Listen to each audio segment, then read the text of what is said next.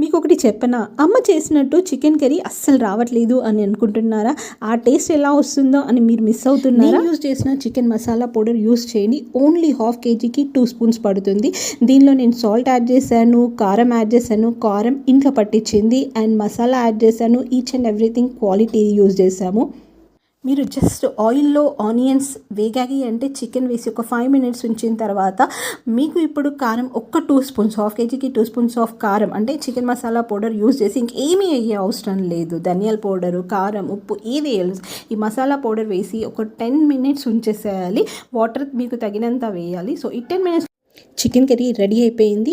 ఒకవేళ మీకు chicken masala powder కావాలి అనుకుంటే నా నంబర్కి ఆర్డర్ పెట్టేయండి వాట్సాప్లో. అండ్ యూట్యూబ్లో మీరు లైక్ చేయండి, షేర్ చేయండి, సబ్స్క్రైబ్ చేయండి. అండ్ ప్రతి ఒక్క వీడియో మీకు వస్తుంది. అండ్ ఇన్స్టాగ్రామ్లో ఫాలో చేయండి.